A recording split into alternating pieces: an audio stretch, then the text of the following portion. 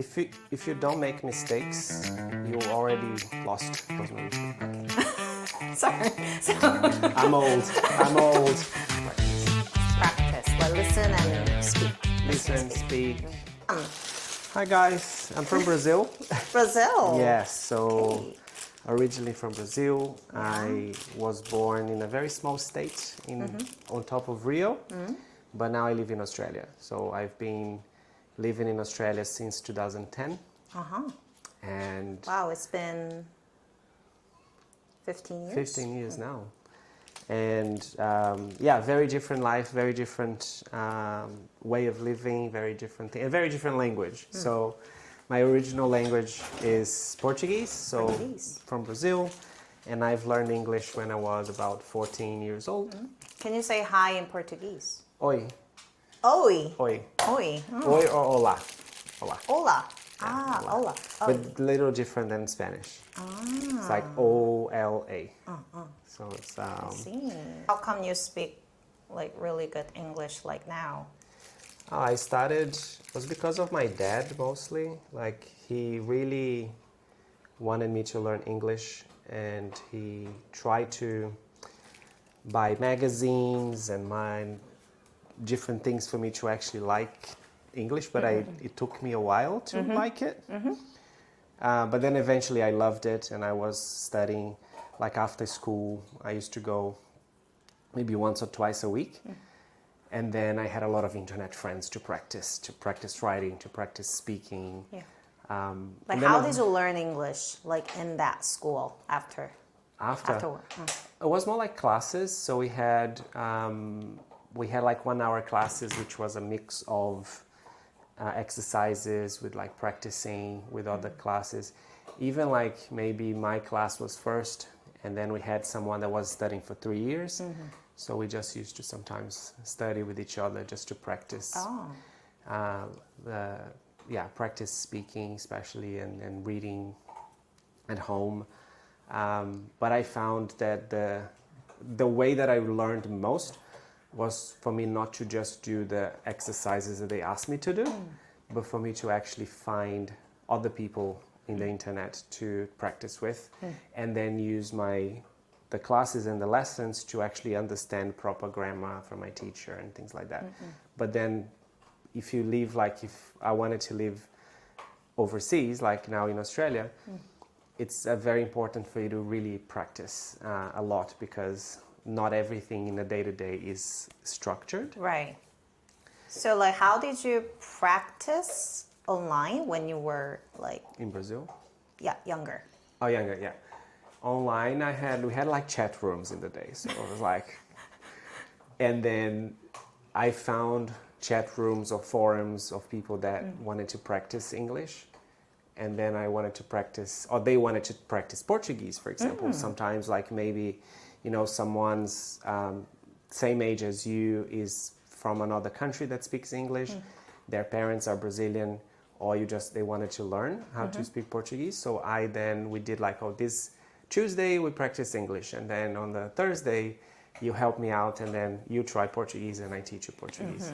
So it was really good. So it's basically like a language exchange. Yeah. Yeah. Okay, cool. And the best thing is just practice. Practice, like listen and speak. Listen, speak. There's no problem talking anything wrong, or, we're never going to understand everything straight away. It's, but practicing and not being shy is the... Not being shy. I'm not shy now. I'm not. Do you consider yourself like shy? Oh, I'm not shy. You don't seem shy at all. Yeah, at all. That's good. I think that's like really good trait. Like not being shy when speaking a foreign language. Yeah. And look, I think for me, Australia is a very good country for that, because we have such a diverse, like everyone is from somewhere else in Australia. So if people like cannot speak a certain word correctly, we are all very used to like having different cultures and have different people around. So definitely like don't be scared of talking, and go to a coffee shop, go to a supermarket, maybe ask something that you've never asked anybody, just so you can actually practice. Yeah, that's one of the things that I notice, just in general, people are very nice and very understanding. Yeah, and they don't really judge you, by your mistakes or whatever. No, yeah, that's if you don't make mistakes, you already lost. Because if you cannot speak and you don't try, you already have a no. But if you try, and then you make a mistake, and then you learn from that, and then you get better, and you get better. Right. Then you just have a lot to learn. So that's cool.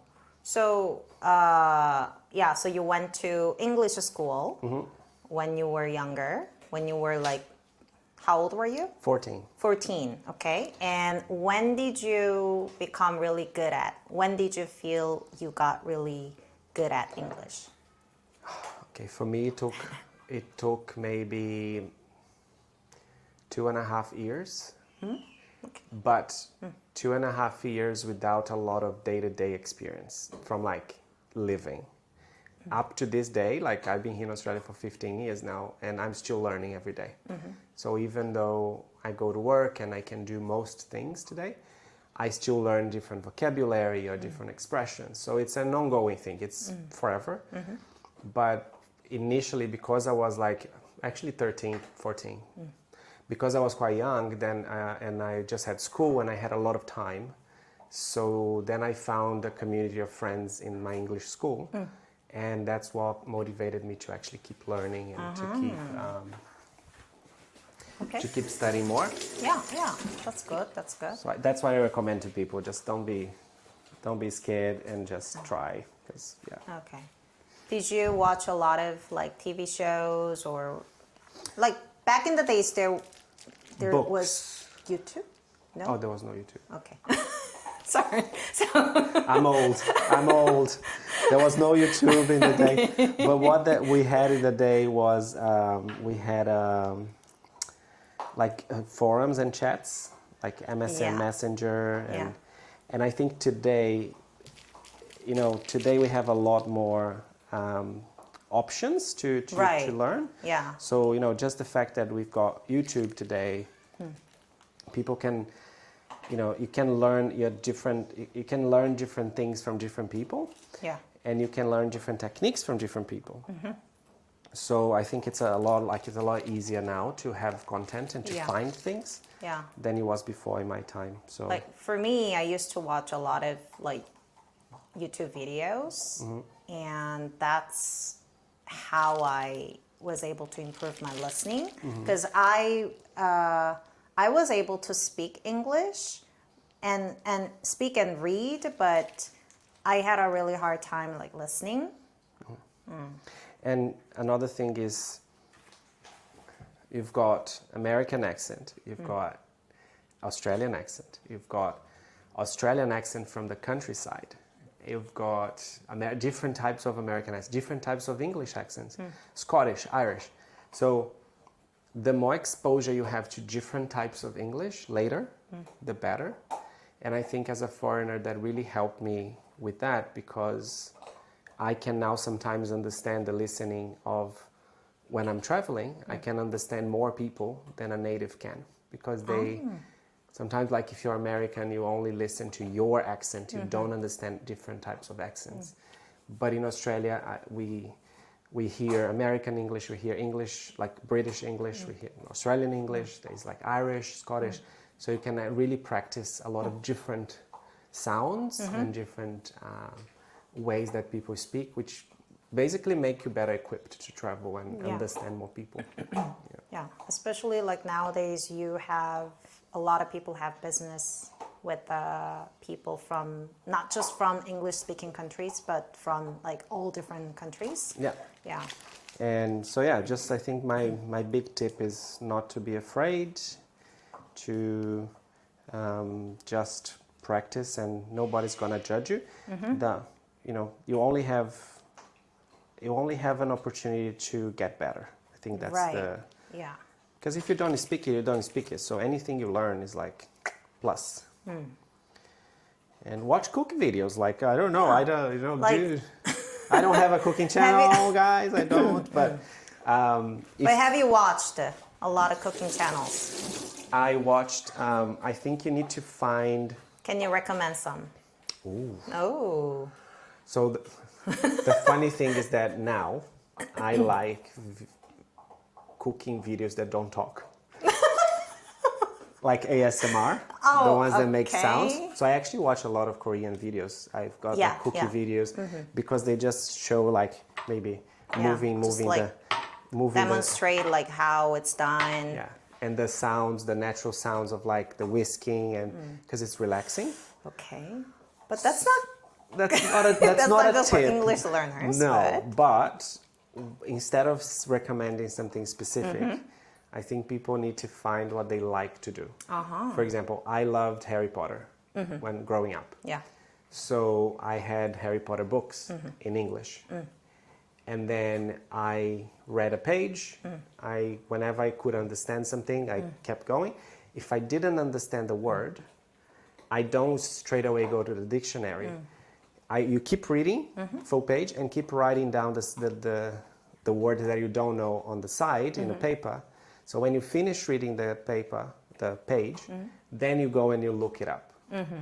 Because you want to create fluency in your reading. That's very important. I always recommend people like just to keep going without like stopping too much. Yeah, because one word may not make a huge difference. Or maybe it does, but if you keep stopping, you don't create the fluency.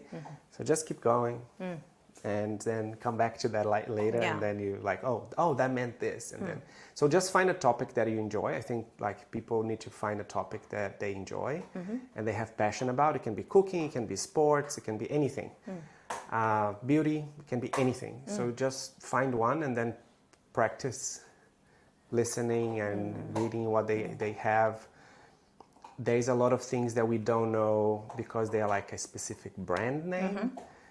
So if you know, sometimes people don't know something because it's not English, it's just a brand name. So I think the more you can ignore what you don't know and focus on what you know and slowly increase, oh, now I know a new word, a new sentence, and I think the better it is. Oh, I have a question though. Like, you know, when you watch something, like people always ask me, should I, you know, look at should I watch videos with like subtitles or not?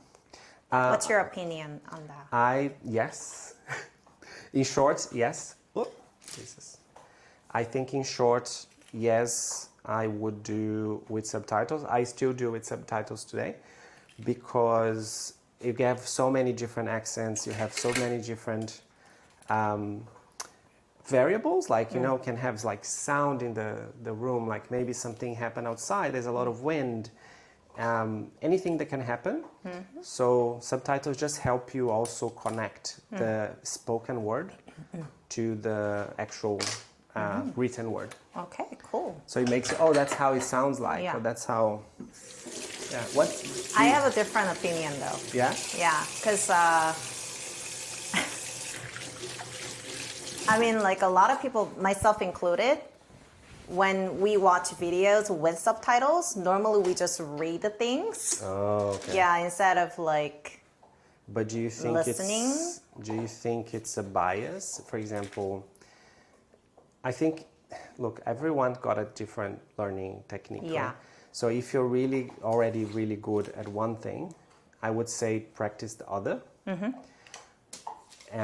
But if you want to just use subtitles as a helping guide to when you're already fluent, yeah, and then you're just like, oh, I can't hear what they're saying Right. properly. And so I think it's not like to use it every day, but to use that as a tool.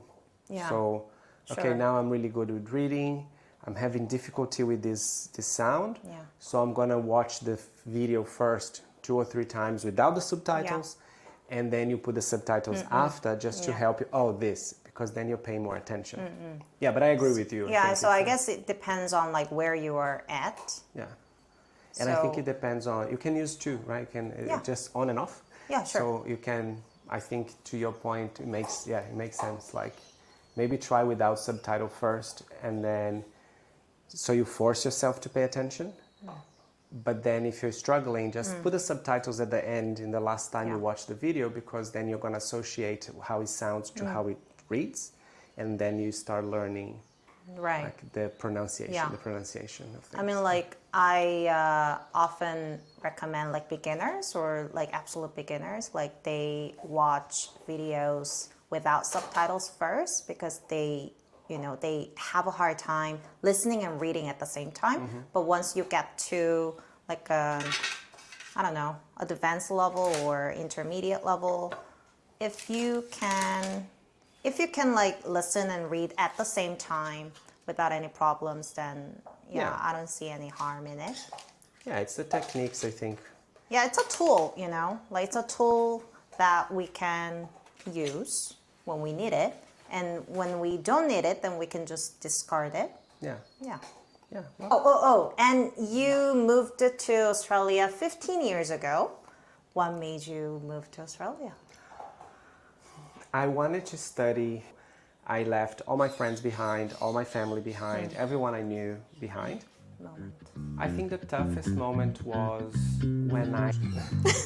Oh my God. What is bitch? Editing. Editing videos is just very hard. Oh my god. You've done it, right? Yeah. Oh.